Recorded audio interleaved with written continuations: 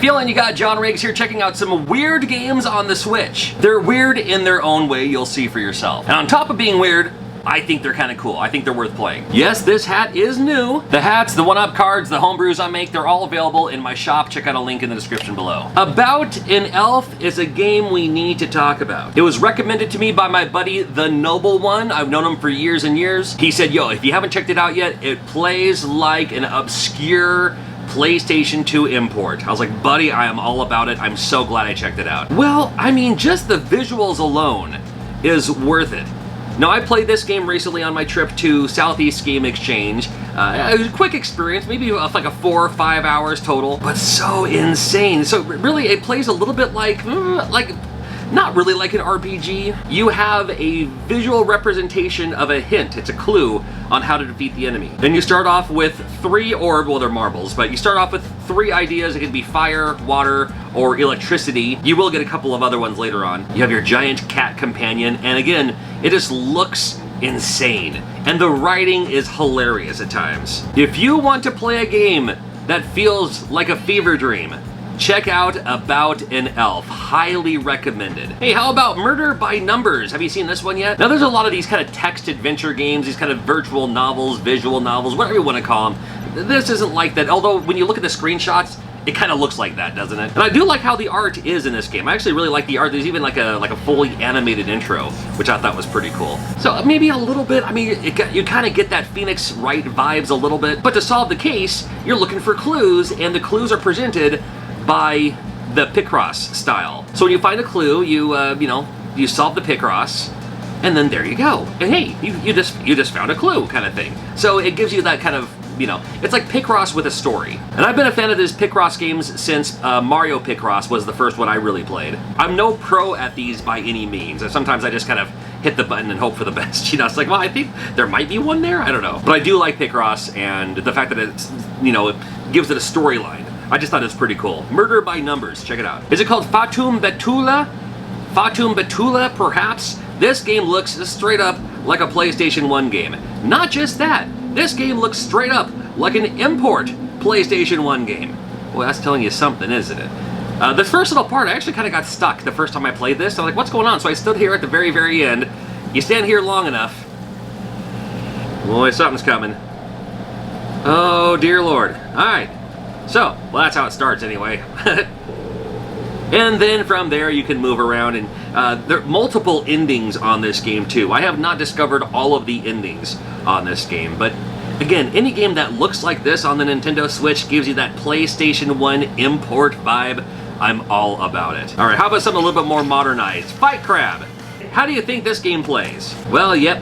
You're a crab and you fight, but the controls are pretty intricate. Your L and R analog sticks are your left and right claws, and then your other buttons are the snap, the clip, the cinch, the wallop, the attack, the everything else. That's the best part of it there. Pretty interesting style game, kind of an interesting way to have a one-on-one fighting game, but yeah, why not? You play as a crab. So you can only kind of walk sideways. So you gotta, just keep pivoting around them and everything, using your analogs to the best of your ability, and you're just fighting off the other guy using your claws, like the clamps, like that Futurama character. The clamps. It's all about the clamps. I love it. Well, Say No More is definitely a game I think you should check out. Love this game. Say No More. Love the art style. Love the visuals, and I love how simplistic. Well, first off, any game that features a creative character, that's pretty good with me. And as you say no more, you can choose how you say no. Lots of options, lots of languages, from Hindi and Korean and Japanese and Arabic, and of course English, and there's Dutch and there's Russian. So like in the Russian games, if you played in Russian, you can say "niet." You are an intern in this giant office, and everyone keeps coming to you for their mundane tasks, and you say no more. All you gotta do is say no. And although the game's called Say No More, you can do a lot more than that too. There's different ways you can say no. You can also laugh in their face. You can give them a sarcastic clap before you say no. You can even charge up your no, which you'll have to do sometimes to make them blast back further in certain situations here. What a great game, especially if you have an office job, or especially if you're out of work, you're at a job where you're making everyone else look good. They're the ones getting all the praise when you did all the work. Hey, this game is a great game to take out some of those frustrations, I tell ya. Once Upon a Jester is a game I fell in love with the first time I saw it. There's something about this game I I love the comedy, I love the writing, I love the character voices and everything. Just a fun game. A little weird, that's the way it made the list. It's definitely pretty weird, but super fun game, I think. Although there is a story that goes with it, you, the Jester, and your friend Sok, put on these stage plays for the good people in the town that you happen to be in. Now, you only have a few plays that you put on, but depending on that town's mood that day, you have to kind of filter your play to match them. Now, this particular day, they love music, but they don't like scary stuff. So anytime it gives you an option for music, choose the music. If it gives an option that features scary stuff, well, don't choose the scary stuff. But then the next time you do the same play, you know, maybe they want romance and they want less fighting. You know, things like that. So it gives you a chance to kind of relive the same play. And then there's multiple plays in this too, which is kind of fun. And it's just kind of, and it's all kind of timing based and whatever. I don't know, man. It's a lot of fun, I think. Old School Musical is a game that came out for the Switch a few years ago, actually, but I still come back to it every once in a while. It is a rhythm game. There's not a whole lot of rhythm games on the Switch, and this game, it's a rhythm game, but you're in a glitched world, and each level, with the exception of maybe a couple of them at the very end, are inspired by other video games. And any time that there's games inspired by other games, I just love it. Simple enough for a rhythm game. You just have to hit like the X, Y, B, and A buttons as needed, and as well as the L and R too. But again, the fun of it is to see what the next level is going to be. Maybe the next game will be, maybe the next level will be your favorite game of all time or something like that. Just to see what they're gonna do, really. Whatever happens in the background of the stages, that's gonna go on whether or not. All you have to worry about is the rhythm element of hitting the button as it shows on screen. But Old School Musical, I just thought it was a lot of fun. Simple enough, this game's called Puss, P-U-S-S.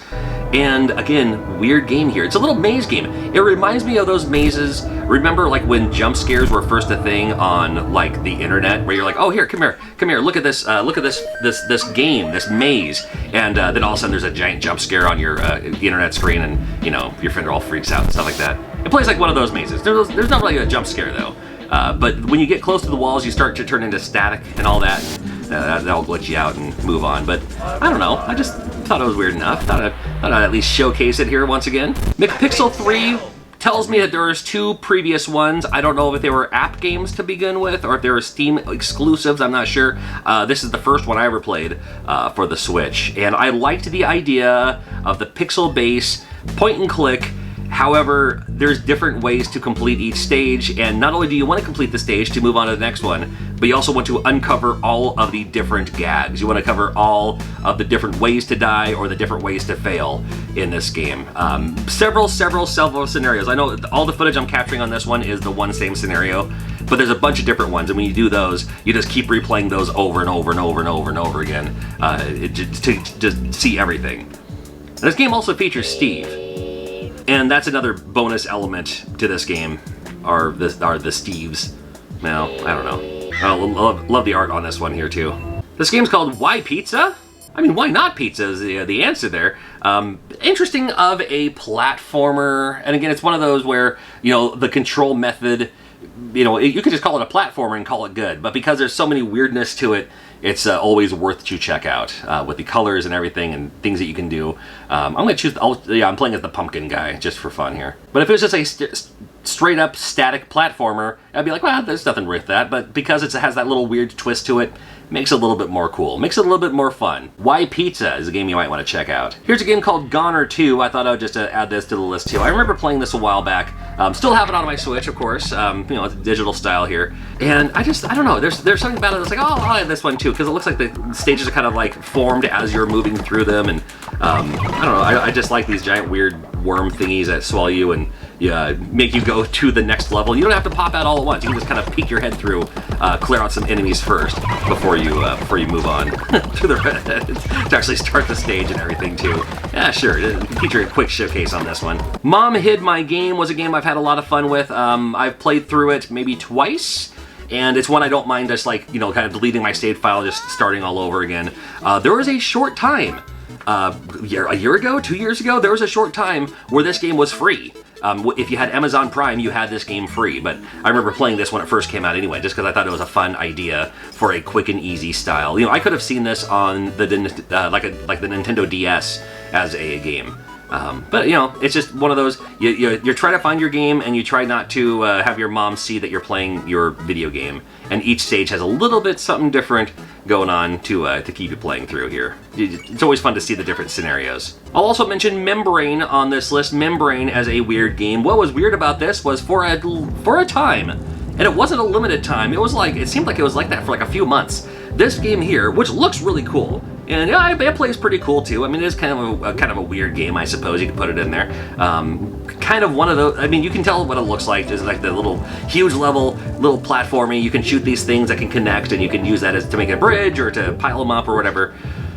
Well, this game was $250 in this Nintendo eShop. That's the weird part about it. That's why I wanted to mention this. This game at one time was literally listed as $250 for a digital download. Now I think there was an error.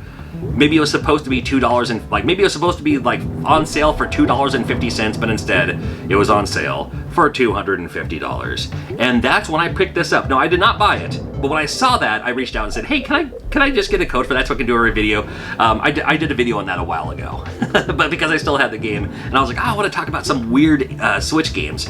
I'll just go ahead and mention this one again too. And if you want to see the full video, well, I got that on my channel a while back. Yeah, while everyone else is playing these amazing AAA titles on the Nintendo Switch, these are the kind of games I'm playing. What are some other weird games on your Nintendo Switch? Let me know in the comments.